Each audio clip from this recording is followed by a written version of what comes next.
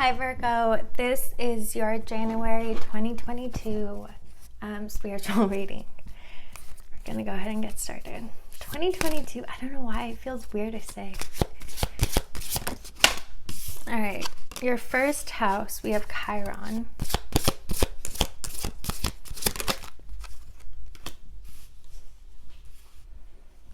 Second house, we have Uranus. Third house, we have last quarter moon.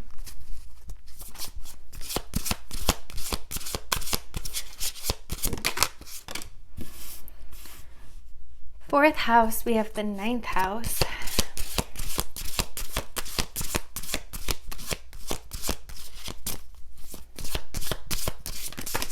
Oh, that's too many. Okay, fine. We'll keep it. Your fifth house, we have Eris, Pluto in Pisces. And your sixth house, we have Vesta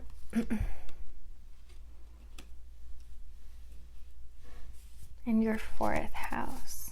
Okay. All right, so first house, we have Chiron. You guys could have a Capricorn rising because they also had Chiron in their first house. Let's see.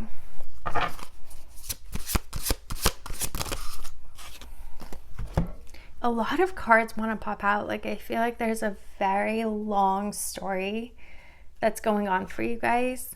Normally, I don't like taking it when it falls out like this, but we'll go for it. So we have the Queen of Swords, the Knight of Swords, the Seven of Pentacles, the Hanged Man, and the Devil.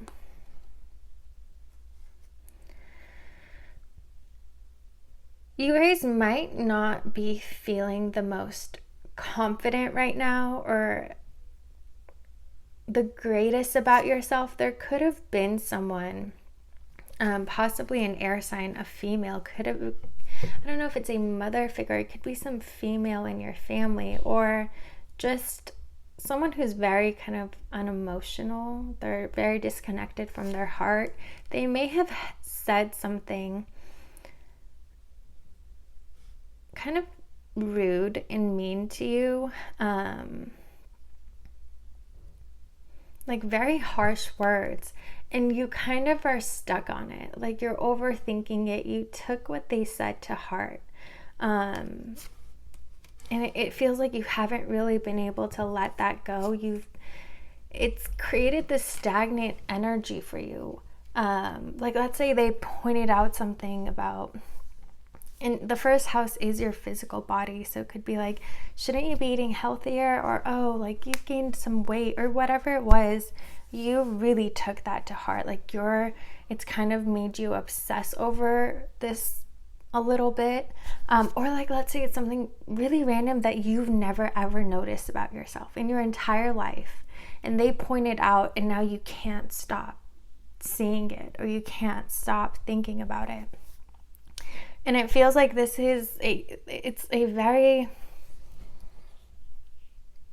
feels like this is really testing you. With Chiron being there, it's like to learn the spiritual lesson that perfection should never be what we're after, because there isn't one single thing in this world that's perfect, or else everything is perfect. It's one or the other. It feels like this is the lesson that you're meant to be learning here, is to accept yourself as you are, love yourself as you are. Don't pick yourself apart. Don't put yourself down. Don't let these people get in your head. Don't let these thoughts remain in your head. If there's something that you want to change and that's going to make you feel good, that's fine. But that's not going to teach you the lesson that you're meant to learn. Because if, like, let's say, like, someone says, oh, like, you should change this and you can get surgery to change that, sure. But then the universe is going to bring you another incident or situation because you're gonna have to learn this lesson eventually. It's part of the reason that you're here. Virgos, you guys, it's all, your lessons are all about perfection. I personally have my Chiron in Virgo, so that's one of the greatest lessons for me, is to accept that I don't have to be perfect, that everything doesn't have to be my way and the right way, or else like my life falls apart. It's to accept everything as a whole, to accept everything as it is. You can always make things better, but you shouldn't be getting caught up in this energy of disliking yourself, putting yourself down, obsessing over something that you don't like. That's unhealthy, and that's something to free yourself from. That's a significant lesson that could be taking place for you guys. Practice self-love, practice gratitude. Every time you find yourself obsessing over it, shift your energy to something that you're grateful for, something that you love. Get yourself out of this toxic energy. All right, your second house, we have Uranus. Again, it feels like there's been, a tower moment that took place when it comes to your self-esteem. Like, this really shook things up for you, and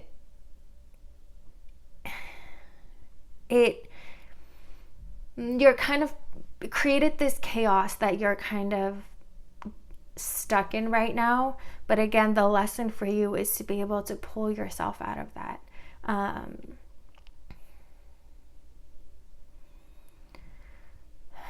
I do feel like you guys may have always had this trait where you will like pick things apart because you see things that other people don't see. Like, you focus on the detail, and sometimes you'll be fine, you're living your life, but when something gets pointed out, you can't stop obsessing over that detail. And your job right now is to pull yourself back, like focus on the whole. Focus on the whole. Don't get trapped in one certain point. But it does feel like the universe created a tower moment for you when it comes to your values and self-esteem, like how you feel about yourself. Because this is a lesson that you're meant to learn. All right, your third house, we have the last quarter moon. Let's see. It feels like this feels very connected in the sense that right now you're at a point where it's easier for you to free yourself from this because you're not fully in the dark. Like, you haven't let this darkness consume you. But this does feel very time sensitive. Like, the more you continue in this toxic energy, it can take over you, and it can become a habit that's going to be a lot harder to break. Whereas now it feels like this may have taken place more recently, so you're still at that place where you're able to free yourself from it by intentionally choosing to redirect your energy. Or else it's still of course possible, but it's going to be a lot more difficult, and it's going to take a lot more time. So be mindful of that. Be extremely mindful of your thoughts. Try to stay as present as you can. If whenever you find your mind wandering back to this devil energy, redirect it. Like I was saying, focus on the good. Great thing to do is in the morning and at night, start writing 10 things that you're grateful for and that you love about yourself. And this will help you create a new habit. It will help encourage for the light to take over, for you to create a habit of seeing beauty in yourself and seeing everything that you're grateful for, instead of focusing on the negative or things that you don't like, for example. So that can greatly help you guys. But yeah, it does feel like it's pretty time sensitive for you guys. So the sooner that you get this under control, the better. Fourth house, we have the ninth house. Books. I don't know why I'm seeing a lot of books. The fourth house can be your actual home, your emotional foundation, your roots. It feels like, you guys, there's a book. It might be in your house somewhere. Like, I would pick it up and just turn to if you find yourself being called towards a book, just open to a random page. It feels like there's a very significant a message that is waiting for you.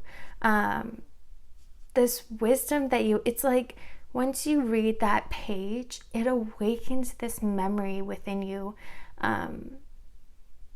of like things that you've learned and experienced in many, many past lives. There's this wisdom, this innate wisdom that needs to get awakened. And it feels like it's what's going to trigger that awakening, what's going to trigger you to remember is hidden in a book, in a page of a book that's in your house. So again, you don't have to go looking for a book, but if you find yourself in the next couple weeks like drawn to a book, or like you're staring towards some like where you have certain books, go and pick it up and open it. It feels like that's going to be a very significant moment for you guys. Like, there's a very magical moment too. It like opens this portal within you. It reawakens these memories within you. It feels like a very mystical experience that you're gonna have. So definitely keep that in mind. Or if you've been like thinking about buying a book, you're being drawn towards one, whatever, or like you're scrolling you're scrolling on Instagram and like you see someone show a book and it like gives you chills or whatever, buy that book. There is a message in there that you're meant to see. All right, 5th house, we have Eris, Pluto, and Pisces. Wow. Okay, so Pisces is your 7th house.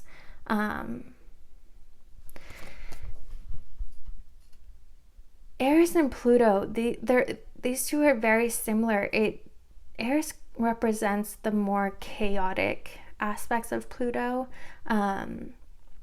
When it comes to your romance, your dating life, there could be a lot of chaos going on right now. You could be dealing with someone that's just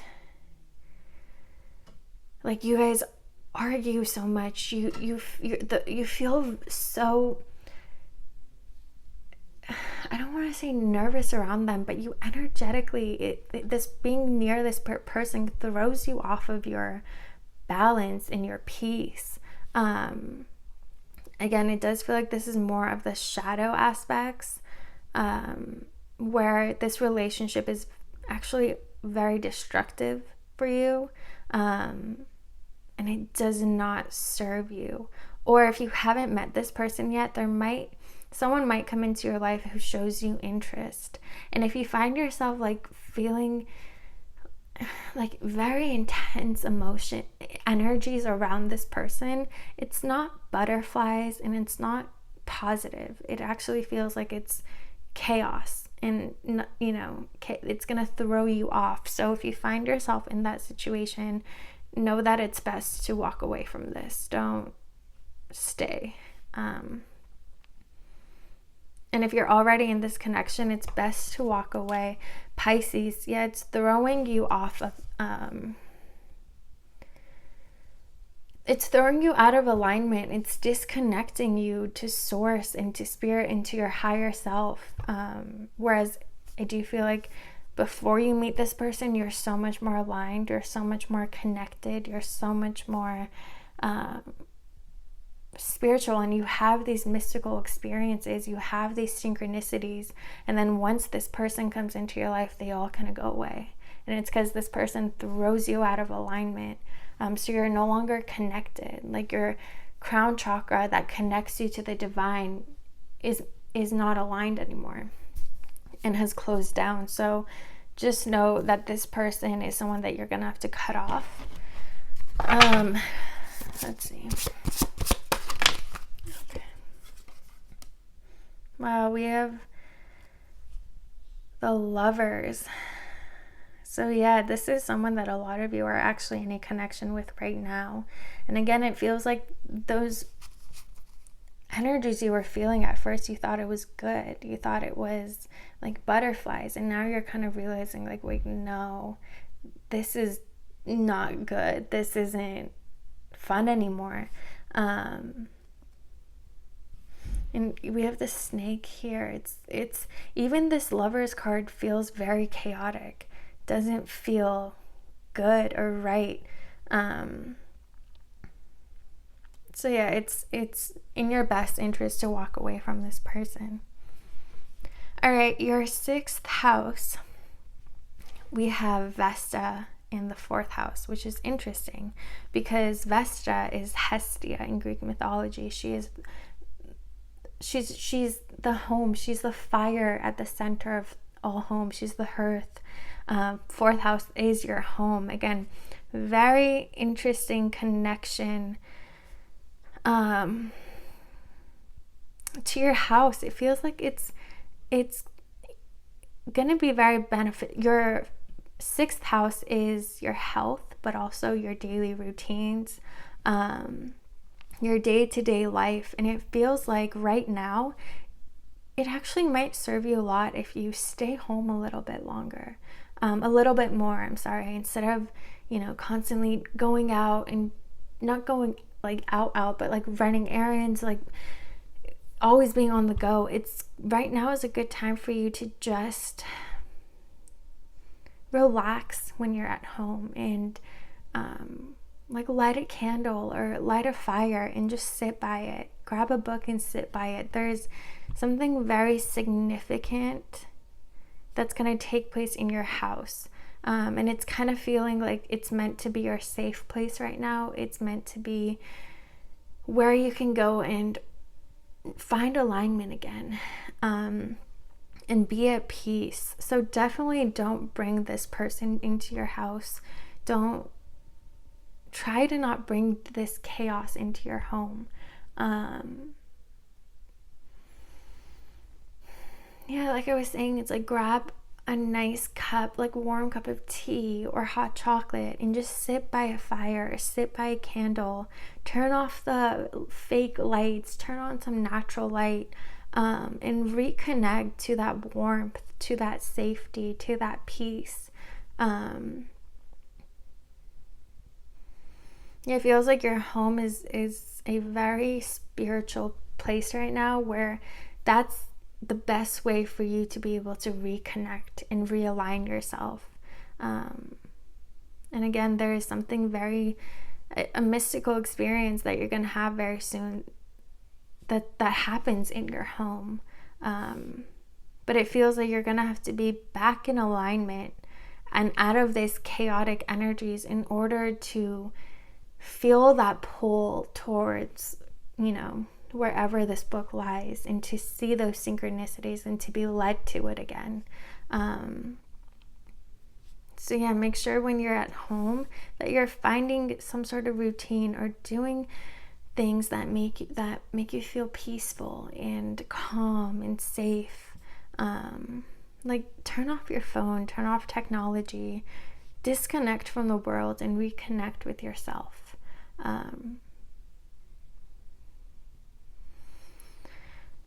But yeah, for a lot of you, please let this person go, because they are not serving you. They are throwing you off alignment.